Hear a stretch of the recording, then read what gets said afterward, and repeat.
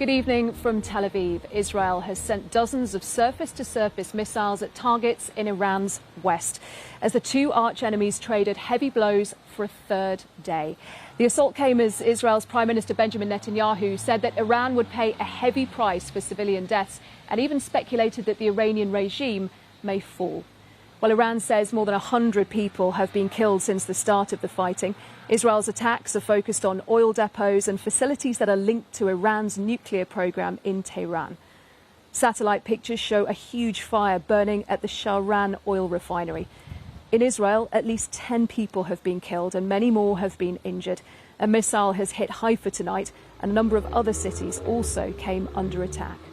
Well, Prime Minister Sir Keir Starmer has sent RAF fighter jets to Cyprus today, and earlier the Foreign Office advised against all travel to Israel. With the latest on the fighting, here's our Middle East correspondent, Lucy Williamson. This is a war Israel's leaders have long prepared for.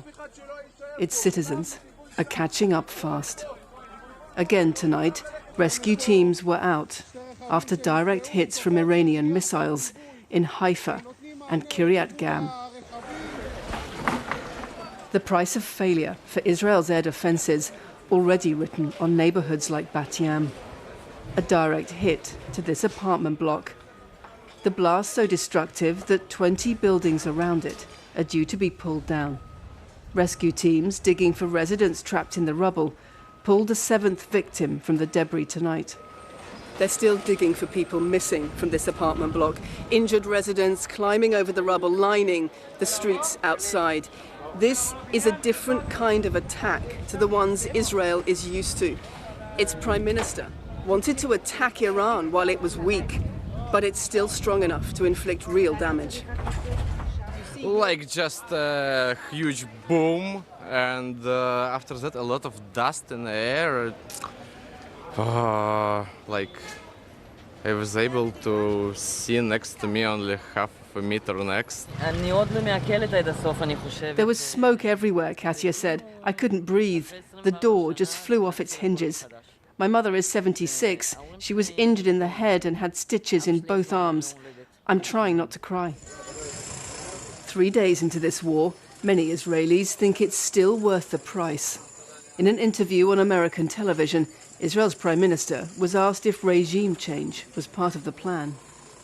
Could certainly be the result because the Iran regime is very weak.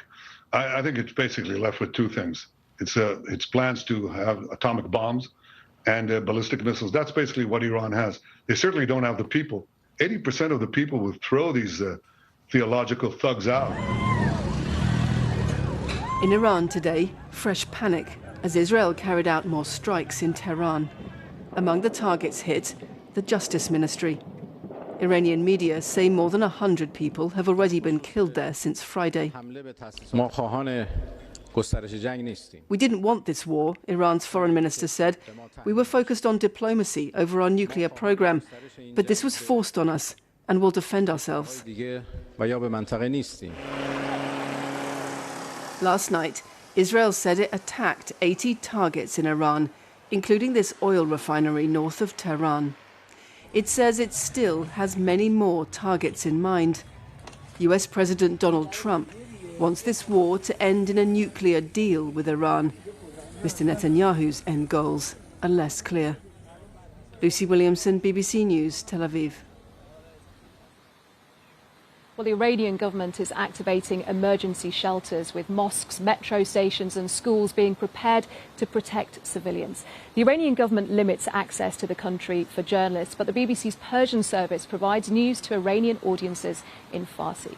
Our colleague Siavash Mehdi Adalan from the BBC Persian service has been looking at how people in Iran have been responding to these unprecedented attacks.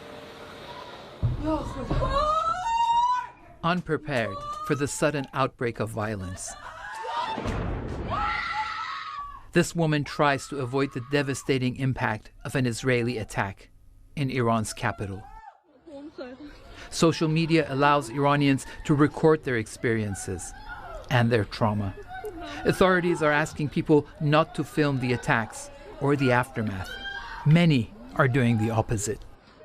For moments of impact while caught in traffic,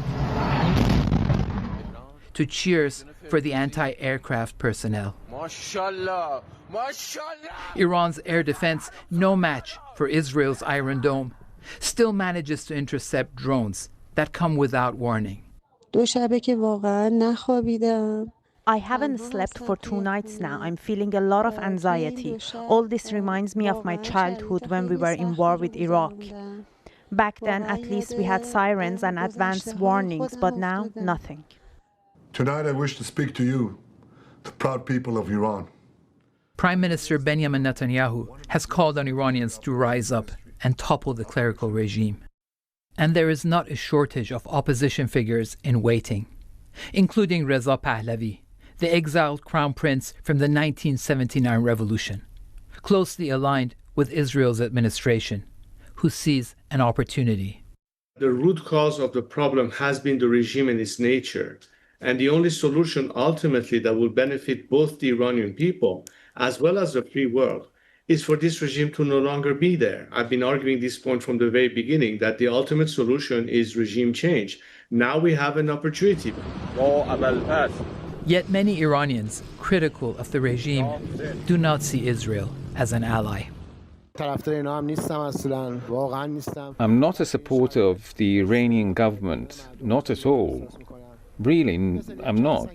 But in this situation, I feel a sense of unity among the people. We definitely won't back down against Israel.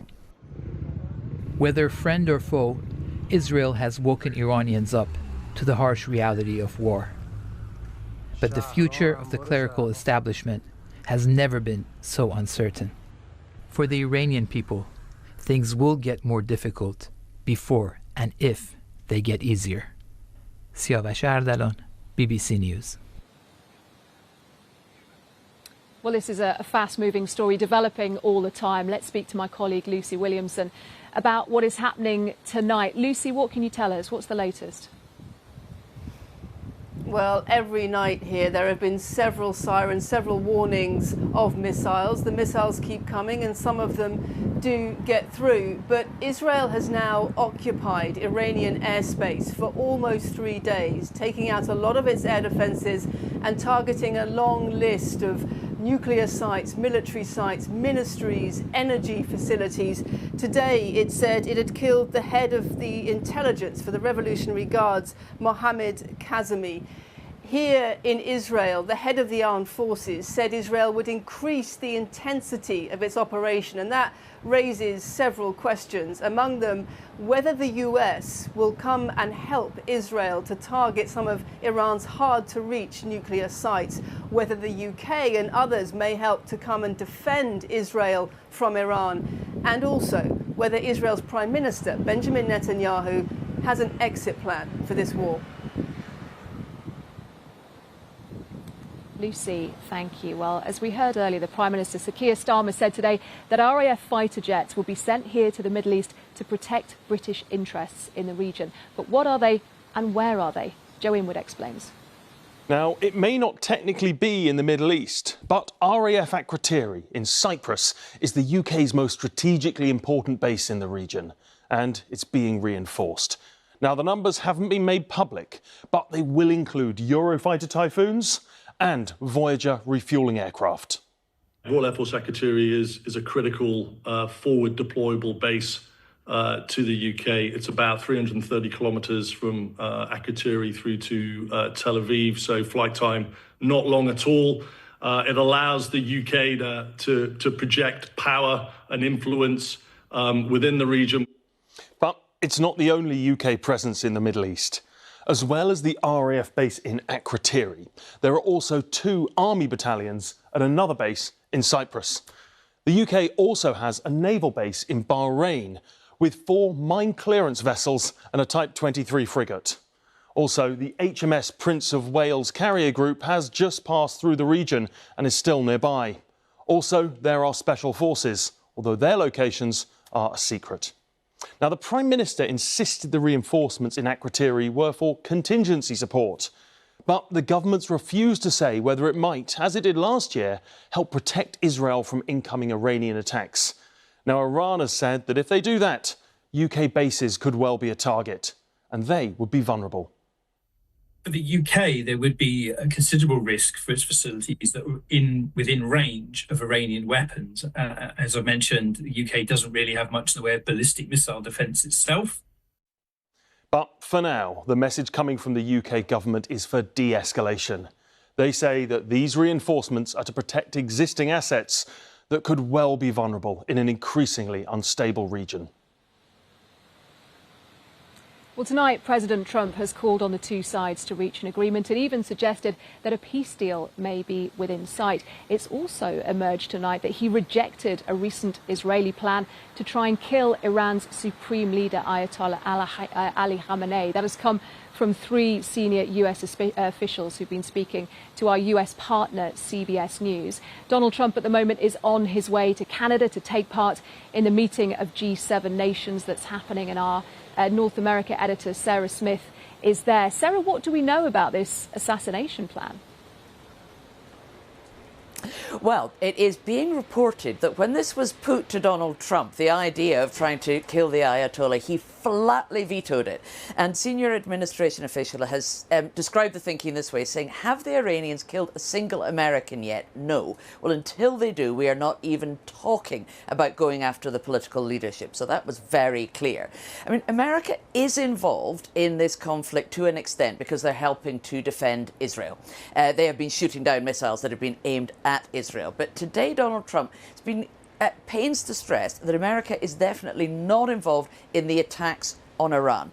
Now, there are people in Iran who frankly do not believe that. And he had one very clear message, though, about trying to involve the United States, saying if we are attacked in any way, shape or form, the full might of the US armed forces will come down on you at levels never seen before. So he is very eager to warn off Iran from trying to involve America in this conflict. And of course, when all the G7 leaders come here in Canada, that's what they're going to want to talk about, de-escalating this conflict, making sure it doesn't spread more widely through the region. And Donald Trump does seem to be remarkably optimistic about the idea of getting a peace deal done. He says it won't be difficult, it would be fairly easy to resolve this conflict. And he even seems confident that talks can go on that were happening between America and Iran about trying to stop Iran ever developing a nuclear weapon. They were called off today when Iran pulled out. But Donald Trump's view is that what's happening now, the conflict, actually might make a deal come quicker, he says.